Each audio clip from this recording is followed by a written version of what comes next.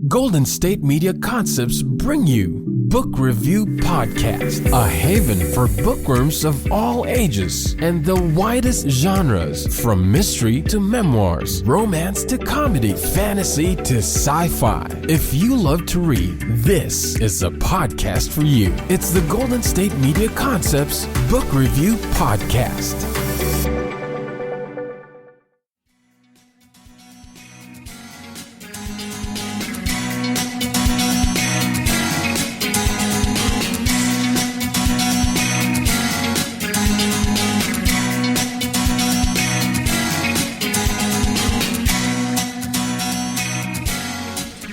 Hello and welcome to the GSMC Book Review Podcast, brought to you by the GSMC Podcast Network. I am your host, Sarah. As always, I am delighted to be here with you for another author interview. I hope your week is going well so far, that you had a good weekend, whatever you might have done. I have had a very good couple of days, I guess. Actually, a good weekend, too. We've spent a lot of time with friends, and there's been a lot of sunshine, and I've gotten out. We had a picnic on the beach on Saturday with two really good friends, and I was laughing because there was a group of, 30 to 50 teenagers, I would say, that came down to the beach while we were there having our picnic, and my husband will talk to anybody, and so he went and said hi to them, and it turns out they were from Colorado. Here in Portugal. It was a church group, and I'd forgotten just how loud teenagers can be. I haven't been around a group for so long, and they were outside. It was fine. They were having a blast, but they were so loud. I was just laughing. Very nice group of kids. But so that was Saturday. We got some sunshine, and then yesterday I met a couple of friends just briefly who were returning a cake pan to me, and then my aunt came back. She's been traveling with some friends of hers, had lunch with them, spent some time on the beach. And today we unexpectedly, went for a walk with some friends who contacted us. They're just here for the week, but they said, hey, we're out walking on the boardwalk. Do you want to join us? And so we went and took the dogs. And then I had a already scheduled coffee date with another friend of mine, one of our neighbors. And so sat with her for a couple of hours and enjoyed the sunshine while my husband spent more time with the same friends that we'd gone on the walk with. And then as I was walking with the dogs back to the car from the coffee date, another friend and former neighbor said, hey, Sarah. And I turned around and talked to her for a few minutes. So just one of those, a couple of really good days. And again, good friends, beautiful sunshine, cannot complain. Very happy to have had those moments in the past few days. So hope you've had something that has given you joy, and if you don't have sunshine, I still hope that there's something that has boosted your serotonin in some way. As I mentioned at the end of the last episode, I have another debut author on the podcast today. Her name is Raphael, and her book is called Journey to the Heartstone. It is a fantasy book. Let me go ahead and read you the description of that book. In the beginning, the goddess danced the world into existence. Peace reigned for generations through matriarchal rule within the Minka, Dut, and Karu tribes. But then one man's lust for power destroyed this balance. Vester assassinated his sister, mother of the Minka tribe. His army ravaged the Dut and Karu tribes. A once idyllic world was thrust into war, famine, and despair. Yet today there's hope. Vester's niece, Cora, has a vision. If she can convince an emissary from each tribe to rendezvous at the Heartstone, she can overthrow her evil uncle, take her rightful place as Mother Minka, and restore harmony. But the Duts have disappeared deep into their mountains. There are rumors that the Karus are extinct, and Cora must move swiftly, lest Vester learn that she's pregnant with the Minkan heir. And again, that is the description of Journey to the Heartstone by Raphael. As I said, it is her debut novel, and she's going to talk, of course, about what prompted her to write this, what her inspiration was, etc.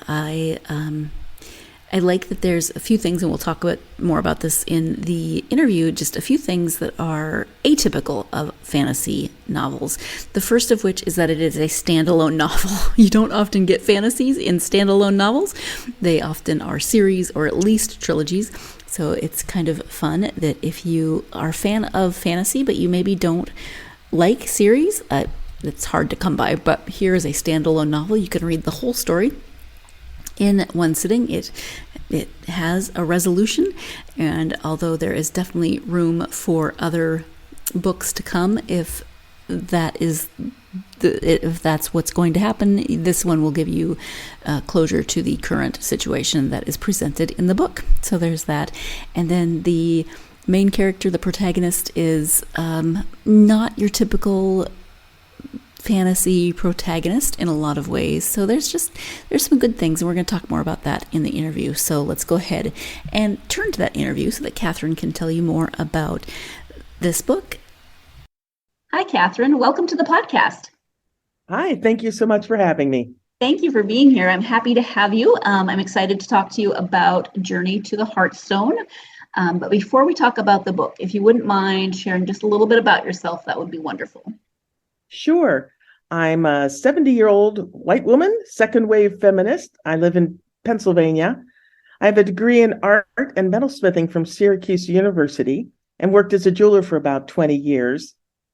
After my son was born, he couldn't go into the workshop very easily, so I did a total shift in career and moved into storytelling, non-competitive play shops for grown-ups, and working with an improv troupe and in a couple films.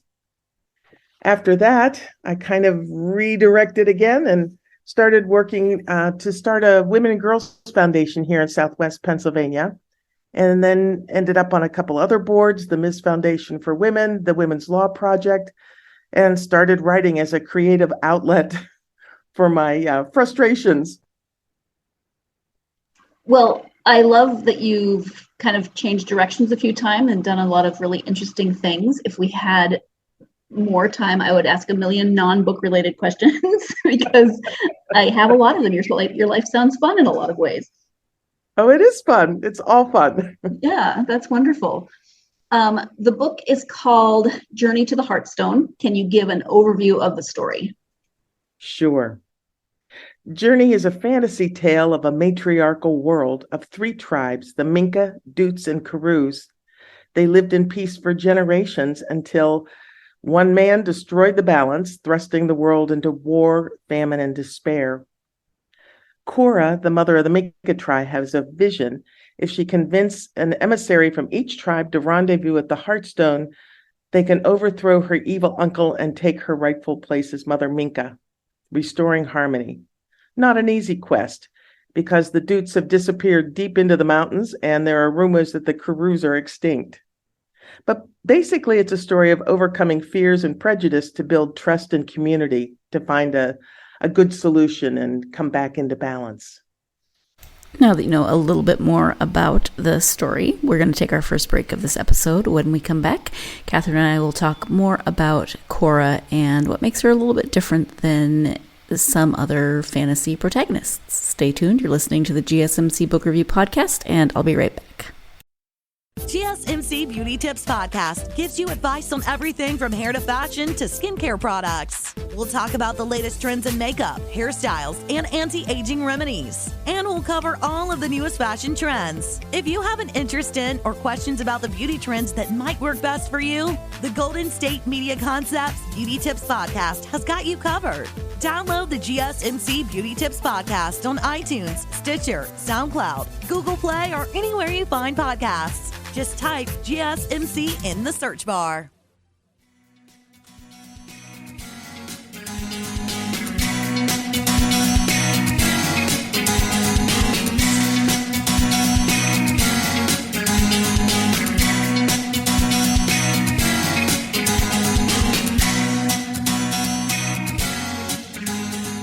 Welcome back to the GSMC Book Review Podcast. I am speaking today with Catherine Raphael about her fantasy novel, Journey to the Heartstone. Let's return to that interview. And one thing that actually, my brain took a minute to process, because often when you read fantasy books, the protagonists are younger. They're in their teens, they're in their early 20s, and you make reference to Cora's age a couple of times. that it's been 30 years since her parents were killed. She was 7 then, etc. But when you actually said at one point that she was 37, my brain went, wait, what? She's not a teenager? Because I kept picturing her as a teenager, because so often protagonists are teens. So that was very cool that, this kind of central character is 37 and not 14. Thank you. Yeah, that was part of the reason for writing the story, is that I have been so frustrated with how many female characters are young and beautiful, and all the ones with real character and guts tend to be the evil crone. And I started writing this book with people that I could identify, women that I wanted to spend time with. And a 37-year-old seemed about right. And she's pregnant, which is coincidentally when I got pregnant with my son. So there's a little coincidence there. Yeah, and she's a geriatric pregnant lady, which is a word that just makes me cringe every time I hear that phrase. Yeah, me too.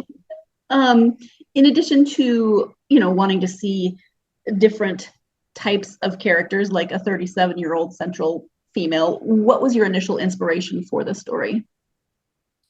As I said, it was really frustration. I remember I was on a massage table thinking about the book that I was reading, where every woman was placid and beautiful and sort of the arm candy on the protagonist. And I was just so frustrated.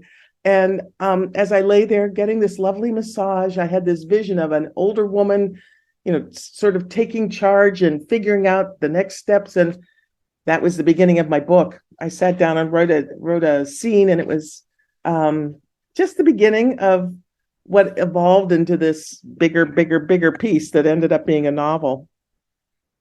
And Cora's not the only woman who's not a teenager. All the women in the story, most of the women in the story are older, but there's a wide variety of ages from. I think of the main women in the story, they range from 20 something to 60 something. Mm-hmm. Yeah. Can you talk a little bit more about it? It's Cora and Steph, and do you say Dove or Dove? I say Dove. Dove. Okay, Dove. Yeah, see, I had none of the right anyway. The three of them go kind of separate directions in the story. Can you talk a little bit about each of them and what might resonate with readers about their stories? Well, for Cora and Steph, they're siblings who love each other but have been living in isolation, imposed upon them by their evil uncle. And in some ways, they're very naive and protected.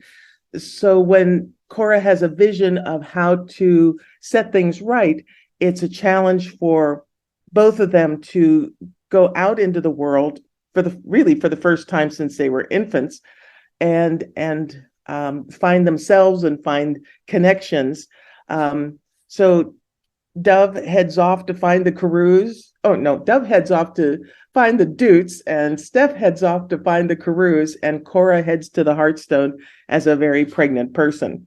And along the way, they encounter individuals that both challenge and support them. And I think the transition from innocent adult to a wiser, more world-weary and knowledgeable person is the arc that I see for both Cora and Steph. Another thing that I found interesting about is that fantasy, you don't often get a standalone book in fantasy. It's usually at least a trilogy. So did you set out to keep this encapsulated as a standalone book, or had you initially thought maybe you would write more? And do you plan to maybe go back to this world? I was surprised that I wrote a book. Let's start right there. And never occurred to me that it would be a trilogy. But as I wrote it, I got involved with some of the other characters and thinking that there was a way to continue on. So I am working on a sequel at this point, among other things. But it was a standalone book in my head for most of the process of writing it. Okay, yeah. And did you do any particular types of research for the book? I didn't do any academic research of any kind because the freedom of fantasy is that all possibilities are wide open. But I spent some time studying with a wonderful woman, a Celtic shaman in Ireland, and I can feel that influence in the story. a lot. The layout of the year based in solstices, equinoxes, and cross quarters, and the importance of ritual and stories comes from that Celtic root for me. Absolutely, yeah. There's a lot of you can tell there's a lot of that in there. How about world building? Because this is a world with two moons. It's not like our world. Did you spend a lot of time kind of creating that world, or did it evolve as you wrote? It pretty much evolved as I wrote, but I recognized that the tribes embrace the body, mind, and spirit in a very different way, and so that gave me a way to focus on each tribe as a unique group of people with talents and gifts.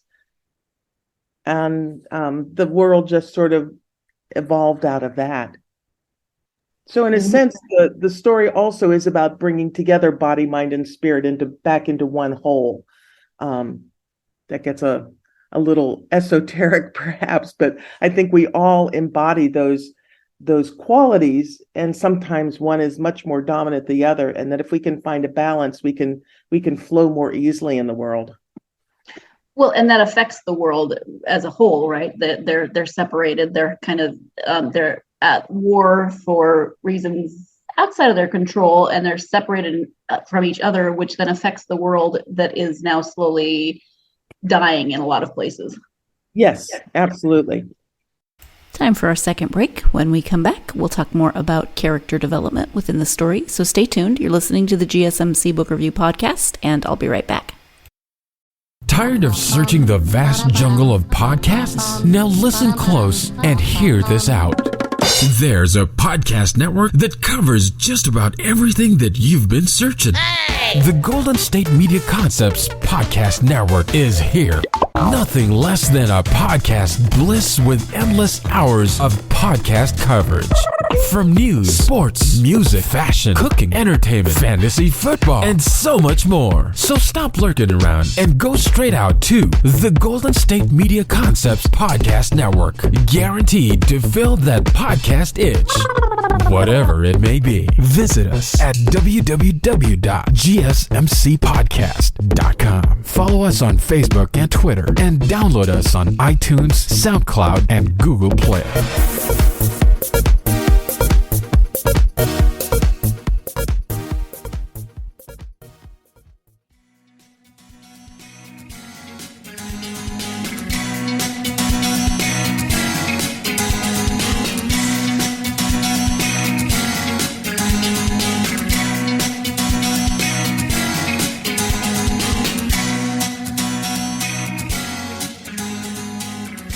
Welcome back to the GSMC Book Review Podcast and my interview with author Catherine Raphael.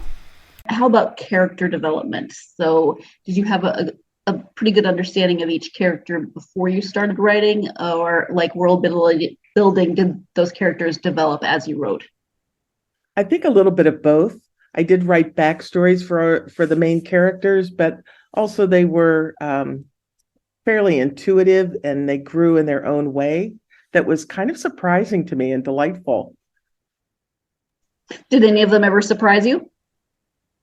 Well, there was one character that I didn't even know was going to pop up, and she appeared, Nika, the evil woman, just sort of appeared out of nowhere. It was like, that was a real surprise to me. Yes. That's a good villain, or a good, antagonist, when someone who just appears that you weren't expecting. Yeah. Yeah, which is also a storyline that could continue potentially. Does she make an appearance? That's sort of where I'm headed. Yeah. Okay. I don't like to give too much away, but what about fantasy do you think draws you to writing within that genre? The world building that happens in a good fantasy piece is just so magical. And it creates so many possibilities for other ways of being and living. I think it's really wonderful. And I hope that I tapped into some of that in this book. But I also love that there's an expectation that everything's going to be all right in the end. It's also why I love mysteries. They're going to find out who done it. And that gives me a real satisfaction as a reader, and I hope as a writer. Sometimes it's nice to go into something knowing that it might not work out the way you think, but things are going to work out by the end. Yeah, and how we get there is going to be an adventure. Yeah. Hopefully. Yeah. When you were back to world building, the world is very similar to our world. There is magic. There is some of the more sort of supernatural elements, but no like mythical creatures. Did you ever think about adding in dragons or, something along those lines? No, actually, I never thought about that. I wanted it to be relatable, and I do love dragons and I do love magic, but this felt a little more grounded to me, at least for my approach to the piece. Okay, yeah, fair enough. Grounded versus a little more mythical or magical. I can understand that. You did decide that you wanted to explore this world a little bit more. Can you talk about how is it different for you now that you've got that first one under your belt? It's different writing the second book in that I already know the world in a very familiar way. So that's a lot of comfort to me going forward. But the sequel is taking place probably 10 years into the future. So that I need to think about how these characters have aged and grown and who they are now. It's an interesting challenge for me. I find it, I love these people and watching them grow up almost instantaneously for book two is like, well, who are they? What do I know about them? What are they doing? It's fun. It's a lot of fun. Yeah, I bet. And it's 10 years, so who has moved on in different ways in their lives? Are there new generations? Exactly. It's a wonderful place to play. Yeah, I bet. You mentioned thinking about, books and wishing there were different types of characters that you would like to see in them. And so this story came to you and you started writing it. But what then prompted you to think, I'm writing this, I'm going to try to get it out there in the world? What pushed you to publication? Oh my gosh. I started writing this story about 15 years ago, and I didn't take myself very seriously as a writer. I was just writing something to entertain myself. But 10 years ago, I attended a master class at Hedgebrook, the women's writing retreat in Washington State.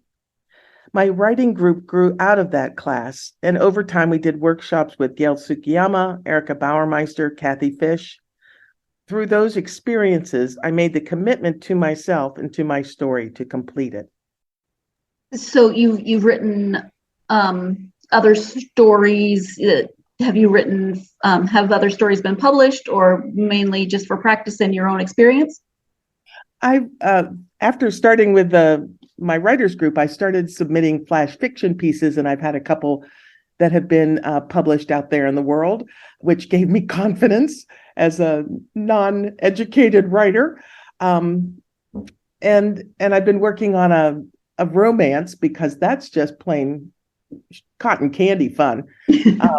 And I also, through one of my writing classes, I started a flash fiction piece that grew into a short story that's now a novella, and I think it may end up being a novel.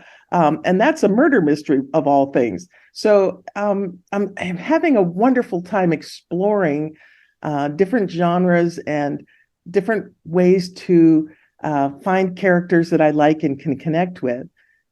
Mm-hmm. And in your afterward, this is a little bit of a side, but not in your afterward, in your author's bio, at the end of the book, there's a mention of you being an attendee at the writers retreat in Reykjavik, Iceland, which just sounds like fun. How did you get to start going to that?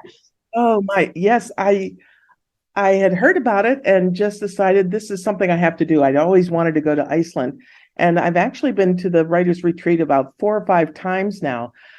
It is a wonderful experience. Iceland is an amazing place, but the writers retreat is an opportunity to take all sorts of workshops with different writers from around the world and connect with probably 100 and some students who are there to explore their own writing. And they also offer a day excursion to do a trip around Iceland, which gives it a very beautiful, holistic sense of a retreat and getting to know the country a little bit. And this is just silly, but Reykjavik just sounds like someplace that a fantasy novel should be set. Like it's one of those words. Well, and actually, it was Iceland had a lot of influence on the Lord of the Ring trilogy as far as place and names, et cetera, et cetera. And Iceland has more published authors, I think, per capita, and certainly more readers than any other country in the world. So it's a wonderful place to spend time. It has always been on my list, so hopefully one of these days I will make it there. Good. I hope you do. Time for our final break of this episode, and Iceland really is on a list of the list of places that I want to go, but that list is so incredibly long. And now living here, every time I talk to somebody and they talk about where they live or where they have been, I'm like, oh yeah, that's on my list. I mean, that list is hopefully achievable, but I'm not counting on it. At any rate, let's go ahead and take that break. And when we come back, Catherine will be talking about some of her favorite authors. Stay tuned. You're listening to the GSMC Book Review Podcast, and I'll be right back. Still on the search of that one true love? On the limbo in this crazy world of dating, marriage, relationships? Well, listen to the Golden State Media Concepts Relationship Podcast, your one-stop podcast for everything about relationships.